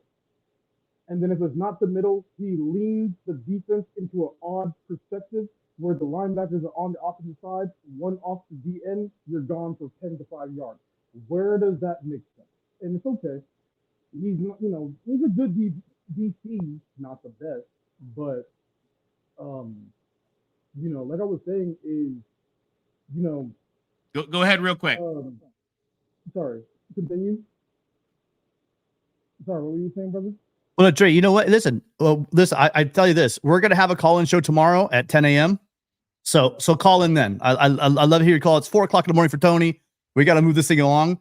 But listen, I heard you earlier. You already called in, so. And so call tomorrow, and we have a lot more time. It won't be the middle of the night. So you can call in, and we can talk tomorrow, all right? Appreciate you being here again, though. You're a great supporter of the show. Thank you. Fight on, man. Hey, thank you guys for bringing the great content, and also thanks Mark Rogers, because years ago, all these team channels were not here years ago when I started following him. So I'm happy for Mark him, is the I'm man. happy for you guys for succeeding. So fight on, brothers. Thanks, Fight on, Dre. Fight on. All right. Next up, we got Big Mike T. Big Mike T, welcome to the channel. What's up, guys? Fight on. Can you hear me? Yeah, fight on. Awesome. So like everyone else, I'm reeling. It's still not sure what the hell I just watched, but I'm just glad we pulled away with the win there. Arizona was definitely the better team tonight. But I'm with Tim here. Everyone here is calling for Grinch's head, but I feel like I watched a different game aside from the first 17 points that they scored. The offense was clearly the inferior side of the ball tonight, by my watch at least. And the biggest thing I wanted to point out to me was the wide receivers. They clearly were not getting open. They were just, what were they out there doing? Just dropping 7 to 8 yards every play. Like, they weren't even giving Caleb any good looks. It felt like to me like watching the BYU game back in 2019 when, Keaton Slovis would drop back and BYU dropped 8 back and nobody was open. It felt a lot like that game. I'm just lucky we had number 13 today to bail us out tonight. But the other thing I wanted to point out too is the unpreparedness of this team. I don't want to say it, but it's getting close to the Helton years where, you just the unpreparedness, the level of incompetence. I'm worried that when Caleb's gone, I don't know how much longer Riley is going to last. If we go through the same trajectory that we're seeing week to week, the cracks are there. And there's a reason that Riley, it seems like he loses a lot of games when he's up 14 plus points. The game management at the end of the first half and the end of the game was atrocious. We saw this last year and we saw it again tonight, but they almost ran out of time to end the first half, and then that awful squib kick that they gave Arizona, another Hail Mary shot. And then the end of the fourth quarter was just as bad. So, the other thing I wanted to point out too, and I know you guys are running low on time here, so I just feel like once again, like I've called one time before, and I'm still being optimistic. I don't feel like firing our defensive coordinator in the middle of the season is a better situation than keeping him and trying to fix these things. I just, I don't think that that's the right way to go. So I'm hoping we can fix it, and I'll give you guys my score for the Notre Dame game. I do feel like we could pull that out. I'll give the score, honestly, I feel like Notre Dame's offense is very much, I wouldn't say they're pretty close to Arizona. I know you guys are high on the quarterback. I'm not, but I do feel like we could pull out the win in Notre Dame. I would give it about a 38-28 score. Yeah, well, you have more confidence than me. They're going to score more than 28 in my book. If we don't score more than 38, I don't think we win. Yeah, Estime is good, and we don't tackle. Now we did stop Estime last year, but they didn't have Hartman on top. The combination of Hartman and Estime, that's what scares me. Last year, SC was able to contain. It was easier with Drew Pine. But you had Drew Pine, and now you have Hartman. I don't know. I mean, again, Notre Dame isn't exactly as good as I thought they were going to be, though, at this point as well. So it looks like there'd be two reeling teams going into that game. And I'll add one more thing that I forgot to mention. So I feel like the offense is missing Zachariah Branch badly. He's the type that he plays above the X's and O's. His speed changes the game. And if they would have manned up Zachariah Branch like they did our other receivers, I think the band would have been wore out playing the fight song tonight. Zach would have got them out on the defense real quick. And our other receivers, once again, going back to the other receivers, none of them have that it factor like Branch does. So I think that if we can get him back for Notre Dame, that could be the X factor for us. Mm-hmm. That will be huge. I think, and that kid, it just seems like he doesn't play. He doesn't seem like he's in awe of anything. He's an amazing. His first game, he's out there like he's a veteran. So I don't think he'll be in awe of South Bend like a lot of other freshmen might be. So I really hope that we can get him back. Another question too is the play calling. Where was Rayleigh Brown tonight? Where was Deuce Robinson? If it's not working for you in the first half, the passing game, what's happening? Look at last week. Tim, you were there at the spring game, and Lincoln Riley, we heard in the press conference, he talked about situation mastery, how it was good last year with Caleb, with coaching. It's got to be great this year. I called out Lincoln Riley last year at Salt Lake City in that loss to Utah. And where was the running game? It wasn't established. You're up 21-7. You're on the road in a hostile environment, and you give up a touchdown with less than a minute to go in the first half, and Utah gets the ball. Okay, well, that was last year. You go to the spring game, he talks about situational mastery. What happened last week? Okay, the defense was very solid the first half. Out of 8 possessions, they stopped Colorado 6 times, and they got an interception at the 22-yard line at Colorado. Colorado's 22-yard line. They stopped them, and the special teams blocked the punt. Gets it at the 23-yard line. 3 passes, 1 run. I mean, they don't even establish the run against a team that gave up the run and gave up 200 yards a game 3 out of their 4 games. Run the ball down their throats, score a touchdown, rip their hearts out, and shut the crowd up. And what does USC do? They have a drive with less than 5 minutes left to go, and they leave them a little bit less than 3 minutes, and Colorado scores a touchdown with 15 seconds left, 15 or 30 seconds left in the half. to make it 34-14. Now, granted, it wasn't as close as was it Utah, but how do you allow that to happen when you did it last year? Okay, there's errors in the play calling with Lincoln Riley. And so when you don't have a Zach Branch, then you have to be extra special with your play calling, because you lose a dynamic player like that. And we lost him again this week. He wasn't there. So make some second half adjustments. Didn't see it. Didn't see the running game again. You got Marshawn Lloyd, who had an explosive game. I dropped a video on this last Wednesday. I talked about it. But that game before Utah, you had Travis Dye went for 150 yards against Washington State. Travis Dye disappeared. He had like 78 yards. Now you'll look at the rushing yards this game, and Caleb Williams accounted for a lot of it, but he was running for his life. So I don't know what's going on. But, people are talking about the defense, but there's a reason why the defense was suffering last week in the second half, is because the offense didn't establish the running game and eat clock and help out the defense. It's an issue with Riley. Those are good points, LBC. Well, I mean, again, tonight, 1, 2, 3, 4, 5 drives for SC, 3 and out. Matter of fact, the first 3 drives of the game. This is how SC decided to start this game: punt, punt, punt, fumble, touchdown, punt, touchdown. That was the first half. We're lucky. We're lucky again for that interception and them holding to that field goal. Otherwise, we're probably down 28-0. Well, and the game would have been over. Well, and we're even luckier that they played very undisciplined football. They made a lot of stupid penalties. Yep. I mean, they were correct. Both sides. Particularly on them, though. Theirs were very consequential. We were stopped numerous times, and they would give us a 15-yard penalty for, again, no, they did the things. This is not a Pac-12 refs thing. Because Pac-12 refs were bad in different ways tonight, where they were imagining touchdowns and just some other ridiculousness. But in this case, Arizona did the penalties, and we're very lucky that they did them, because we would have had a couple of crucial drives stalled and not have ended up with scoring.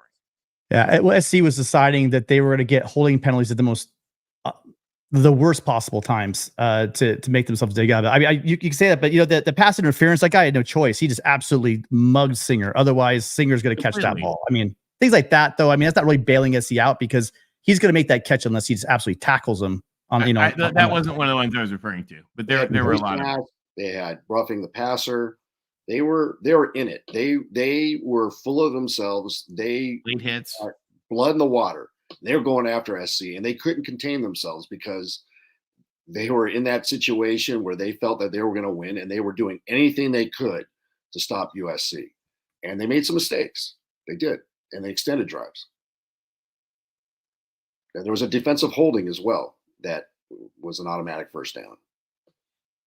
Yeah. So Big Mike T, give us your Notre Dame prediction. Oh, I did 38-28. 38-28. I might have to walk that back actually after Tim talked me out of it. So let's see. Let's go 48-35. I'll give them an extra touchdown. But honestly, I feel like Notre Dame's a little overhyped, man. I've watched a few of their games, and if our offense plays like they did today, we're not going to win. That's for sure. But I think our offense, especially if Branch comes back, if we could play like some of the previous games, like our offense should, then I think we definitely have a good probability of beating them. South Bend has that voodoo, man. I'm just going to tell you, a lot of great USC teams have gone in there way better than the team they were facing their side of the ball. There's just something about South Bend. Go ahead. Well, I'm just, that's my point. There have been really great teams, and they've lost games there that they had no business. That big 13 winless game streak they had, there were like at least 3 or 4 games in there where SC went to South Bend with the better team and ended up losing. And I think I heard a stat like something like SC went like 39 years into the 60s that they could not win in South Bend for over 30 years in a row. So it was rough. It's South Bend, and so, they better put some points up. It's going to be extra electric this weekend, because I have a good friend that is going to be on the field they're going to be celebrating the 50th anniversary of Notre Dame's 1973 national championship team, the team that beat Alabama in the Sugar Bowl 24-23. So there's going to be a lot of pride. And they beat USC at South Bend that year to go on to the national championship. And that was SC won the national championship 72, Notre Dame 73, USC 74. So they are not going to be laying down. It's going to be a hard place to win. That's just going to be an extra added feature. And you can check it out. I'll be dropping the video on Tuesday on my new channel, and I'll be interviewing Pat Poland, offensive lineman on that 1973 championship team, to talk about that game as well as previewing Notre Dame this year. And there's a couple of extra surprises with Pat Poland, so you got to tune in to check out that interview. And remember, you guys, if you're, we haven't done it yet since I came on, but make sure you guys are hitting that subscribe button and notification, because I thought about 10 o'clock tomorrow morning, but we will be doing a phone call, but a call-in show tomorrow, but it might have to be earlier because I actually go to the SC soccer game tomorrow. So make sure you subscribe and like and hit that notification so you know when we go live. But I'd say it's probably a 9% chance that it's gonna be at 9 o'clock tomorrow morning, 9 o'clock Pacific, noon Eastern, and we will take calls as many as we can. We're trying to work faster so we get more calls in. But I don't know if Matt's available, but I'm definitely good going on because I'm sure there's a lot of people that want to talk about the defense. I want to talk about the offense, so we can do both. There's plenty to talk about for both. Hey, thank you, Big Mike T. We appreciate your calling in. All right, is that it? Yeah, it looks like that's it. All right, gang. An ugly night, but we survived. Any final thoughts? It's Notre Dame week, so we look forward. And if you're in Southern California and you want to preview Notre Dame, I'm going to let you know that I've been asked to be, and I'm going to be a speaker at Trojan Tuesdays in San Pedro at the Cabrillo Marina on this Tuesday, October 10th from 6 to 9 p.m.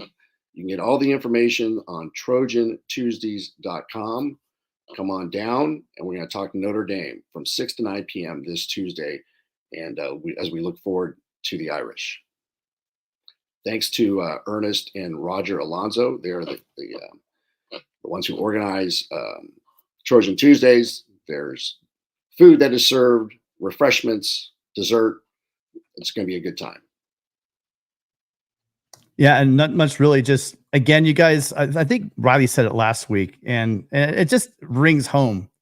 Literally, I came on here. I don't know about you guys, but I guess maybe it's being at the Coliseum or not being at the Coliseum.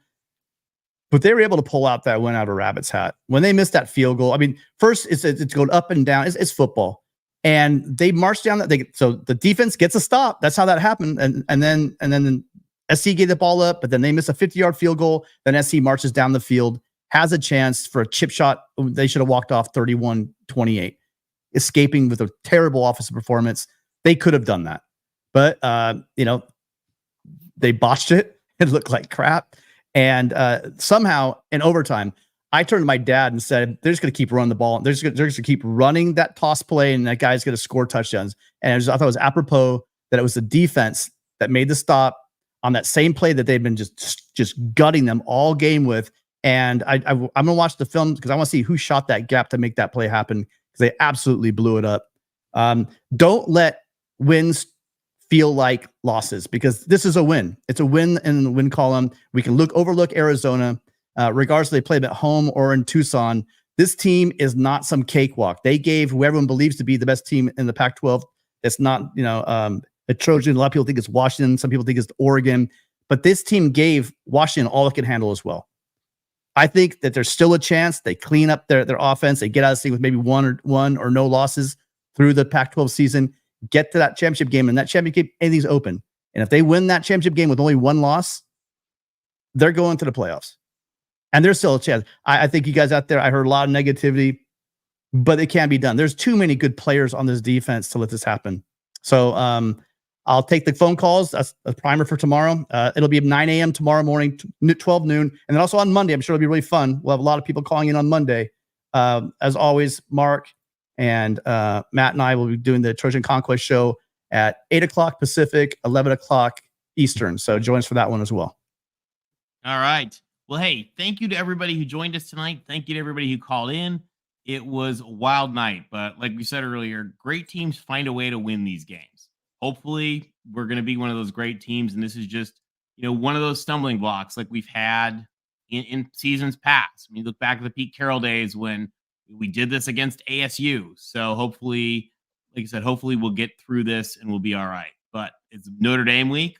I hope everybody gets their focus on Notre Dame. Have a wonderful night. Thank you for staying up with us so late, everybody. Fight on, and we'll see you all soon. Take care.